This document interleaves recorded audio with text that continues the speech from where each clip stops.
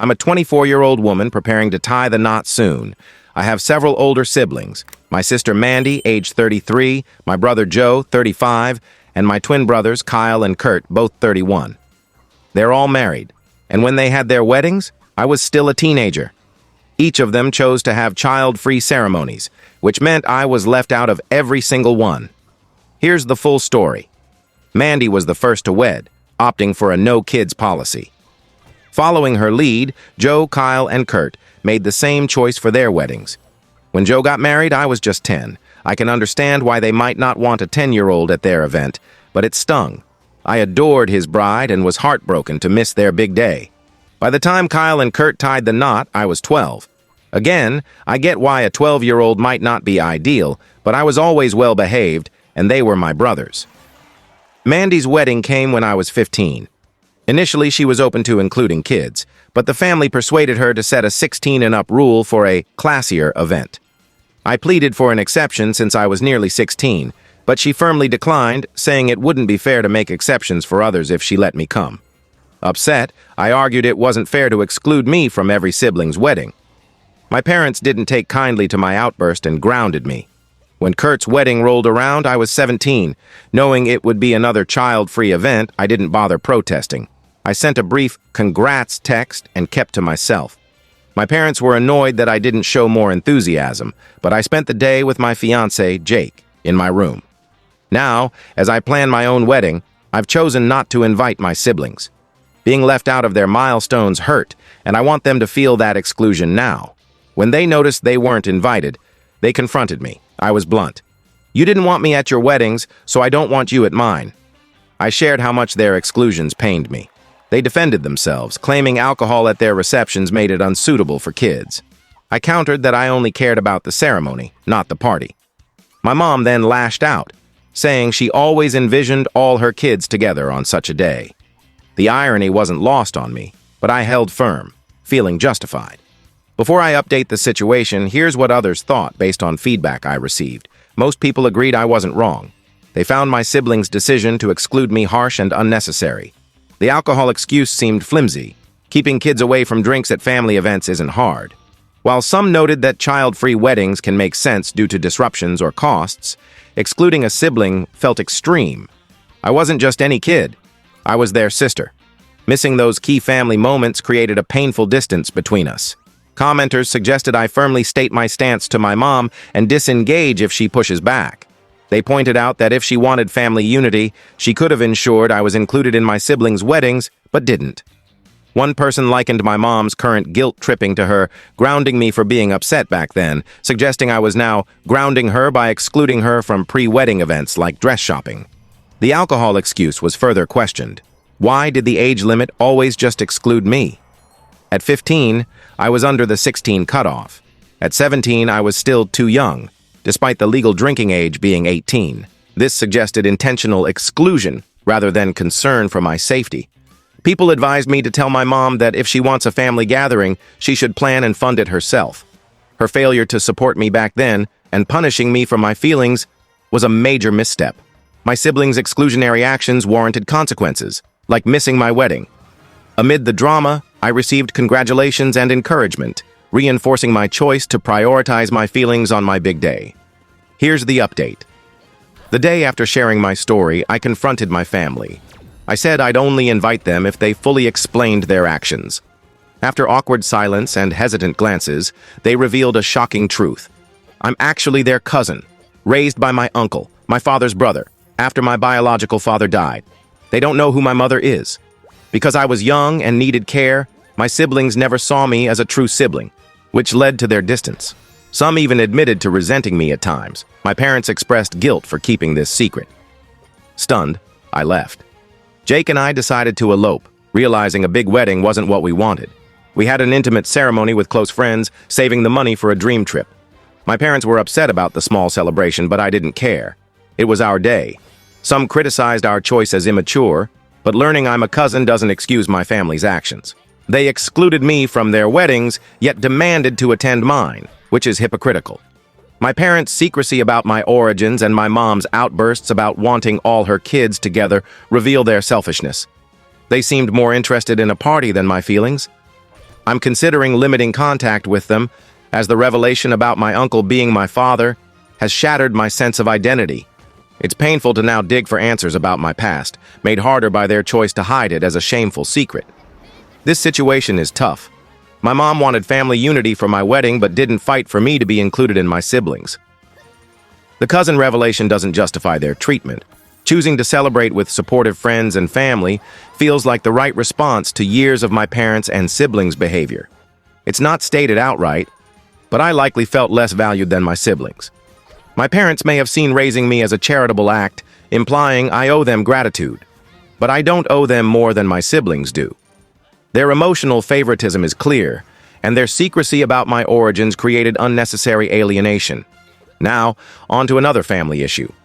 Am I wrong for refusing to pay property taxes on my parents' paid-off home, where my 43-year-old employed brother Mark lives with his kids? My retired parents collect Social Security and pensions. Mark occupies 3 of their 4 bedrooms, paying $1,200 in rent, well below the $2,300 market rate for a 3-bedroom house. After paying off their mortgage, my parents asked my sister Jenny and me to help with taxes, saying we'd inherit 25% each of the house, with Mark getting 50%. When I asked how much, they said they wanted to fully retire and have us 3 cover the taxes entirely. I questioned why Mark's rent doesn't cover it, given he's never been independent. My mom defended him, saying he runs errands, then suggested I cut child support to my ex-wife, Linda, for my 2 sons, or dip into my retirement savings. They're essentially asking me to shortchange my kids to support Mark's cushy lifestyle. I can't keep enabling him when I have my own family and bills. Others agree I'm not wrong. One person said it's illogical to pay taxes on a house I don't own or live in. The taxes are my parents' responsibility. If they can't afford them, they could downsize, or Mark could pay more since he lives there. They suspect I'll soon be asked to cover repairs too, with the inheritance as bait. Another shared that their parents refused to downsize to keep supporting their brother and now expect financial help despite his low rent. I work full-time despite a disability, prioritizing my kids, while Mark chooses fewer hours. My mom's enabling and willingness to let my kids suffer to prop up Mark is unfair. Another person said they'd refuse to pay taxes too and were ready to forego the inheritance to avoid the drama. Someone from the UK was puzzled about U.S. property taxes, learning that even a paid-off $500,000 home incurs about $6,250 annually in taxes, varying by state.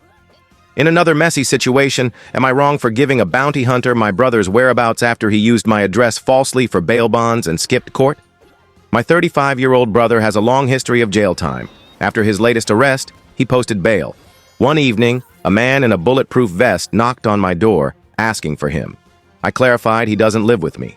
Learning he skipped court, leaving the bondsman out a large sum, I gave an address where he often hangs out. They found him there, and now he's back in jail with no bail options, as no bondsman will touch him, and our family can't afford it. I won't help after his deception. My mom, sister, and grandma have bombarded me with messages calling me terrible for betraying him. I feel some guilt, but know I couldn't risk legal trouble for his lies. His consequences are his own doing, yet my family acts like he's untouchable. A pattern from childhood. They've always shielded him, and now that they can't, I'm the scapegoat. His actions have caused endless stress, and it's time he faces them. Someone shared that their troubled brother turned his life around after prison, giving me hope. My mom's spent a fortune on his legal issues, and now that she can't, she blames me. This feels like an overdue intervention for her enabling. My family's a disaster. Mark's in jail where he belongs, and my mom's furious I did the right thing. Jenny's too busy to care much, and my dad just follows mom's lead.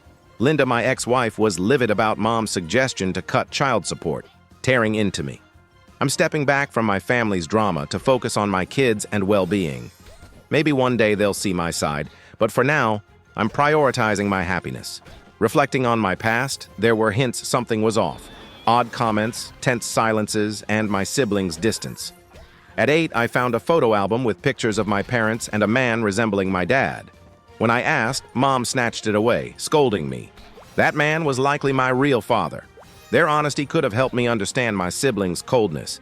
Instead, I felt like an outsider without knowing why. Now, at 24, I'm rebuilding my identity, like my foundation crumbled. I wonder about my biological mother. Did she die, leave me, or know I exist? My parents' secrecy makes answers hard to find. Their insistence on my wedding was likely to maintain the facade of a perfect family. I'm done with that act. Jake, my fiancé, has been my anchor. His own family has drama. His parents' messy divorce left him estranged from his dad. But his mom treats me like her own. Found family can be more loving than blood. Jake and I want kids someday and vow to be honest with them, creating a home of love, not secrets. I'm leaning on my tight-knit friends who helped with our elopement and support us now. I haven't cut off my family entirely. I text Mom occasionally and sent Dad a birthday card, but I'm keeping distance to process everything. Maybe we'll talk openly one day, but I'm not counting on it. On the tax issue, I consulted a financial advisor who confirmed I'm not obligated to pay taxes on a property I don't own. The inheritance is just a promise, and given my family's history, I don't trust it. It's too uncertain to sacrifice my kids' future for. I explained this to my parents, who were upset. Mom called me selfish. Dad was quietly disappointed. Mark thinks I'm trying to push him out, which isn't true. I just won't subsidize his low rent and bigger inheritance share. Jenny agrees with me but offered to cover my tax share temporarily to keep peace, which I declined. It's about fairness, not just money. I haven't contacted my jailed brother. Mom gave me his address, but I don't know what to say. The bridge is too burned. I worry about Mark's kids, my nieces and nephews, who I was close to. We'd bake or visit parks, but now I rarely see them. I fear they're learning toxic behaviors from their dad and grandparents. I can only be a positive influence when possible and hope they break the family's dysfunctional cycle. Jake and I bought a cozy 2-bedroom house, our first together. We're planning a family and feel hopeful. Setting boundaries with toxic family is liberating, though guilt sometimes creeps in. But remembering their exclusions, secrecy, and expectations to sacrifice for Mark reminds me I'm right. Family matters, but so does self-respect. Sometimes stepping back is the most loving choice. We can't control others' actions, but we can choose to break free from dysfunction and build something better. I'm choosing that, with no regrets. Thank you for watching my story. If you enjoyed it, please subscribe and press the bell icon. Stay tuned for more real-life stories, get more experiences.